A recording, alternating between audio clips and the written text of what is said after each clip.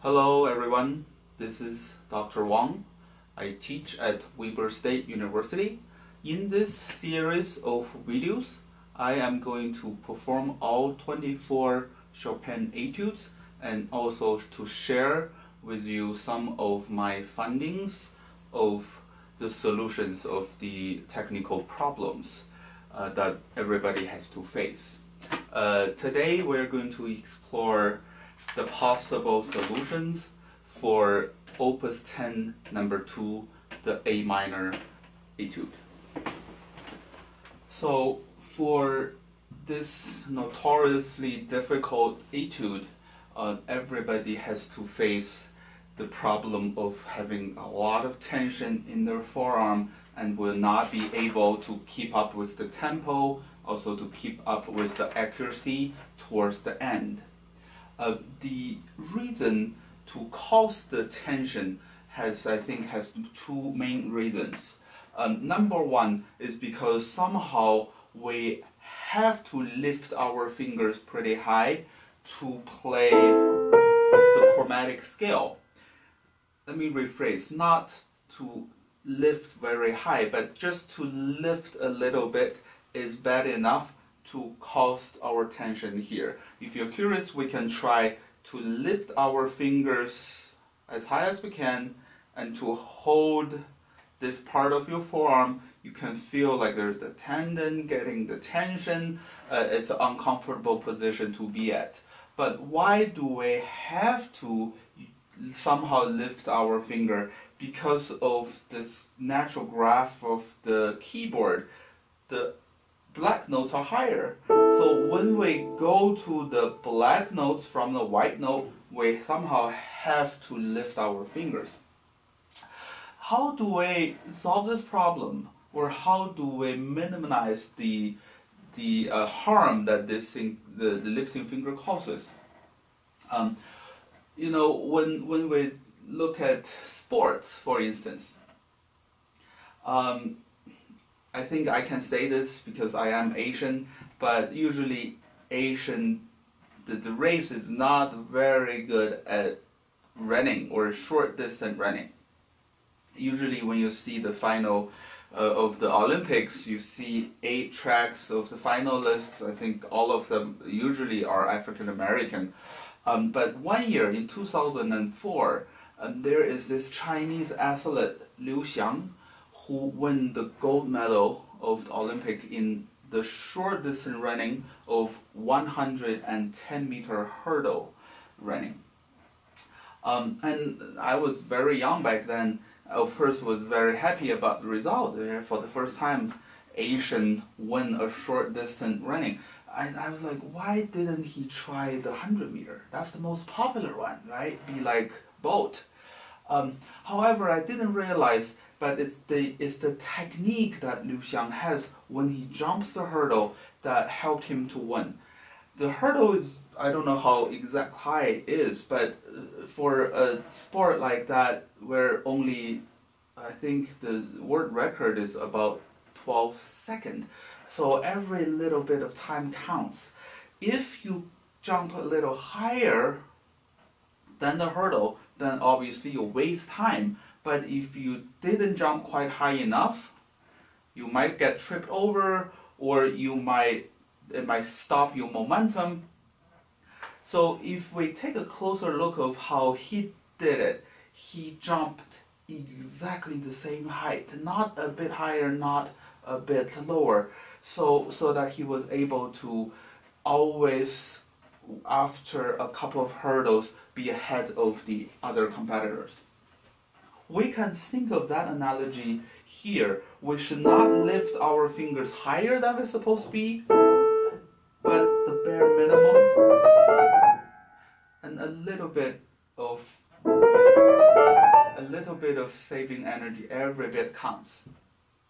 The other reason why this etude causes great tension is because of this unnatural deviation of our wrist that this causes us. Do we have a cure for that? Do we have a solution? We do not, because the reason he added the lower two notes created this angle. I saw one of the versions before that Chopin put quarter notes below. The two lower notes were quarter notes. And I'm so grateful that he later on decided not to use that version, because that would be mission impossible. That would destroy many pianists' hands. Just to try to play it in slow tempo for one beat really hurts. Then how do we use this kindness of Chopin himself by changing this into 16th notes? I always ask myself to release the lower two notes as soon as I finish and go back to the normal position.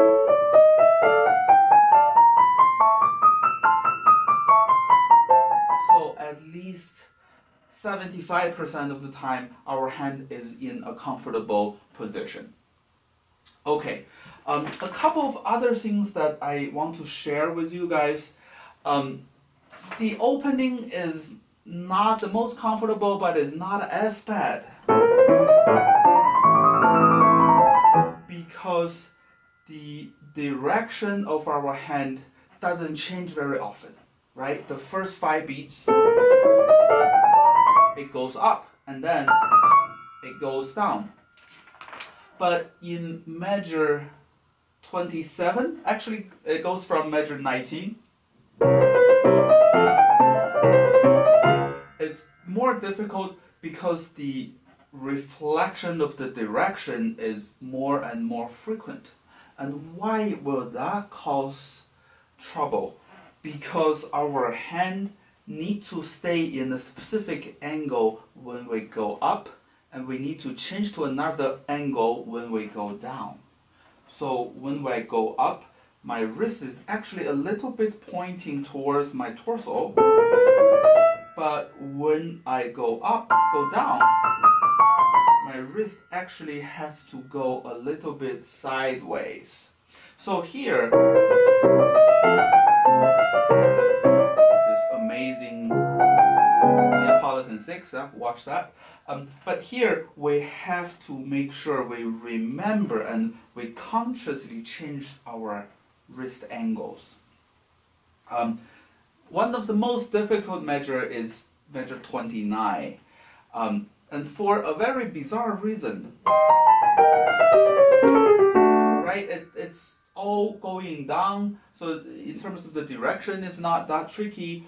However, somehow Chopin put all kinds of different combinations of white notes and black notes in, and he constantly changed it like 4 times in a row. So the first chord we have is white, black, black. The next one is black, black, white. The following one is white, black, black. And then the last one is white, black, white, black. And why is that tricky? Because on the map of the keyboard, any kind of combination also requires us to have a specific angle. And for everybody, it's different. Depends on the ratio of your fingers, depends on how long your fingers are. So for me, to play this measure successfully, I have to use my thumb to guide through, to help me find the position. Okay, and in measure 32, I think this is one of the most climax. This is the climax of the piece.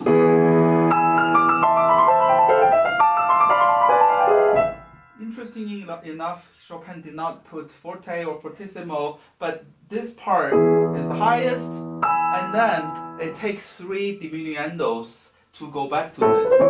So I assume that's the most glorious and the climax of the piece. And how do we play this with more sound? When we start the piece, I would usually group my position into 4 notes per motion. But here, I change it to 2 notes per motion so that I have more powerful.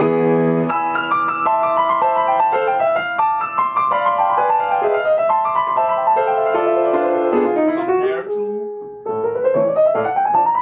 that's quite a dramatic change in character. All right, one last tip before I finish this piece. Usually when I perform this, I sit a tiny bit towards the right side than my usual position, because if I sit too much to the left, then this uncomfortable angle is way greater, and then I get more tired easily. But if I sit a little bit towards the right, then this angle is a lot less. And in this piece, every bit counts. If we don't feel this fatigue, that will help us with accuracy tremendously. I hope this video helps you when you start learning this piece. And of course, this is a long journey. If some of my tips can help you to save, let's say, if you spend 500 hours and then using some of my tips saves you 100 hours, that I think that's a tremendous. I will be very happy to do that. Next week we're going to explore the 3rd one, Chopin Etude, Opus 10, number 3. I think Chopin once said that it will be hard for him to write another melody as beautiful as this one. I look forward to sharing this with you guys in the next video. Thank you.